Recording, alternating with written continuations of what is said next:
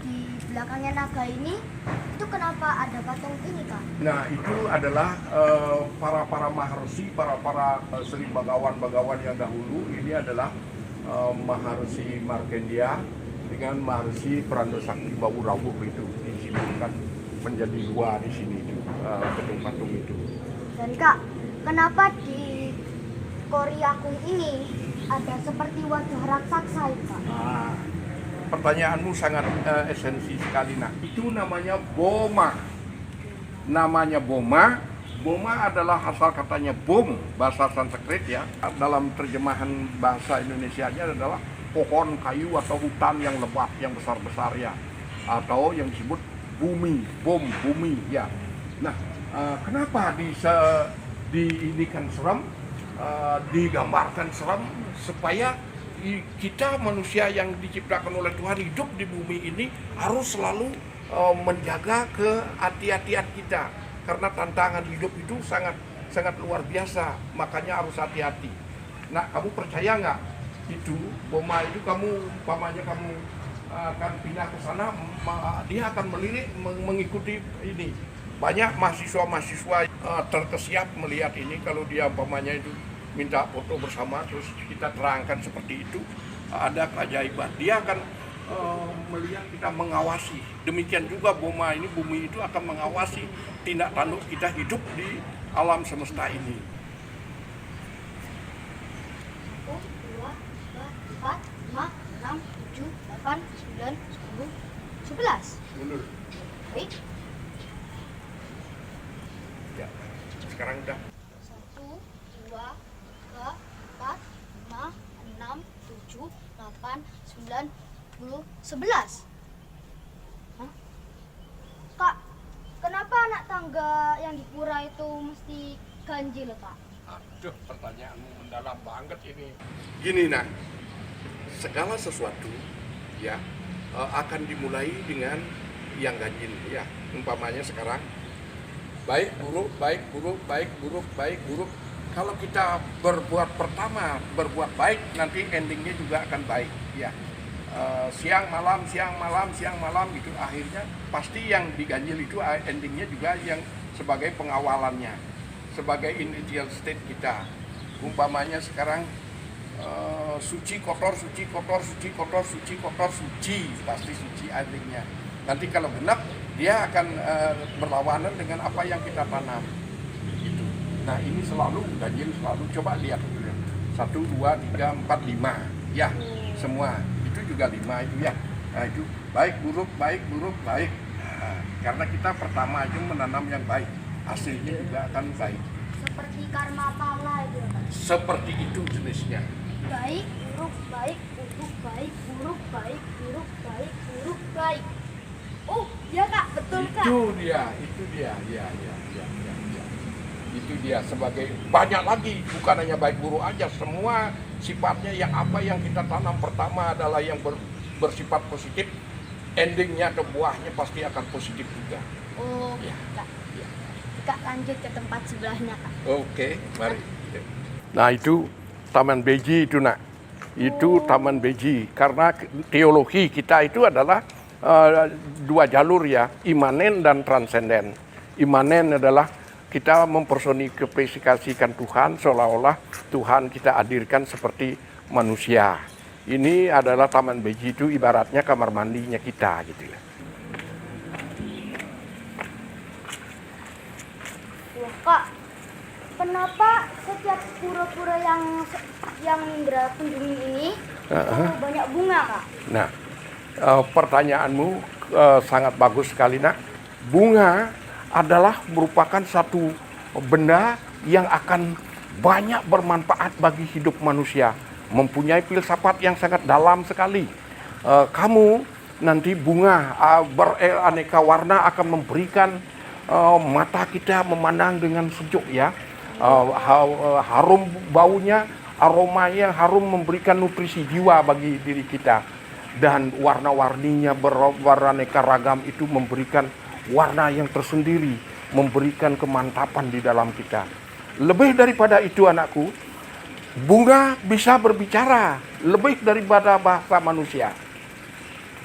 Apa contohnya? Sekarang contohnya ya. Sekarang kamu datang turis tidak bisa bahasa Inggris, umpamanya kamu kalungkan bunga. Dia akan mengerti, oh welcome.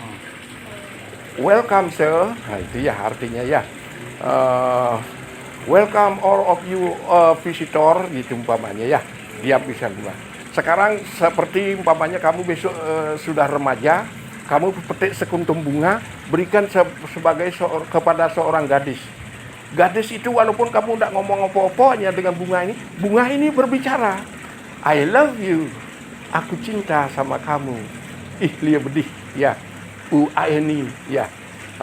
Juga ada teman kamu ulang tahun, kamu kirim bunga karena kamu sekarang di Jakarta, ulang tahun temanmu di Surabaya. Bunga itu berbicara selamat ulang tahun gitu. Bunga itu yang berbicara, itulah keindahan bunga. Makanya kita tiap sembahyang selalu pakai bunga. Apa yang tidak terucap oleh manusia, bunga itu bisa mengucapkan semua itu. Iya. Itu ya, Kak. Ya, itu keindahannya. Tuh, lihat ikan-ikan itu yang sudah gede-gede sekali itu. Itu jumlahnya 9 itu. Iya, 9, Kak. iya. Dewata Nawasangga dengan warna-warnanya beraneka warna. Putih, hitam, pancawarna, merah, kuning, semuanya ada. Itu.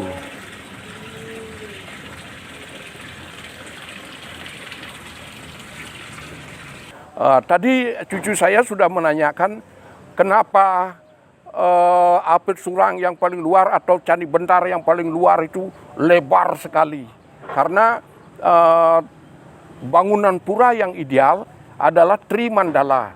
Tiga ruang, tiga teritorialnya itu adalah Mandala Kanistan, di mana Mandala Kanistan itu mempunyai satu pemahaman yang berbeda, karena itu sama dengan kehidupan sosial kemasyarakatan yang di luar.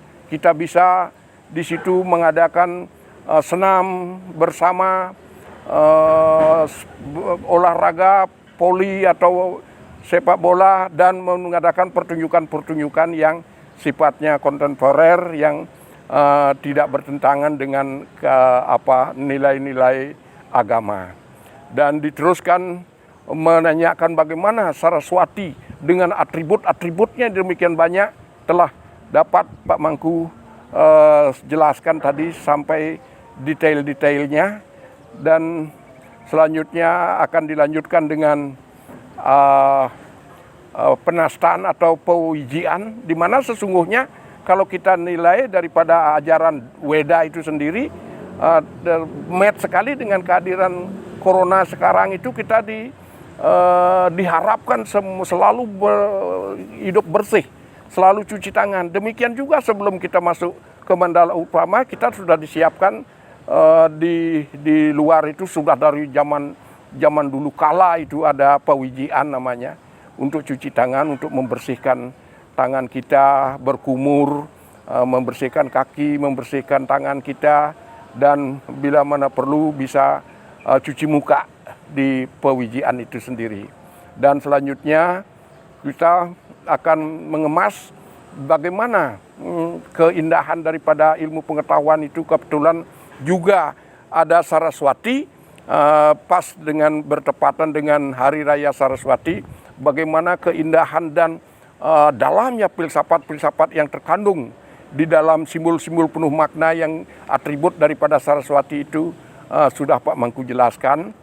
Dan dilanjutkan dengan bagaimana prosesi daripada arti sebuah bunga. Kenapa di pura-pura itu selalu banyak bunga? Kenapa setiap upacara atau ritual-ritual sembahyang kita selalu pakai bunga? Karena bunga mempunyai suatu kelebihan. Bunga bisa berbicara lebih daripada bahasa manusia, dan bunga sembahyang apa yang tidak terucap oleh manusia, bunga itu akan menyempurnakan doa kita kepada Yang Maha Pencipta. Demikian asrinya ajaran Dharma kita penuh dengan filsafat-filsafat yang terkandung.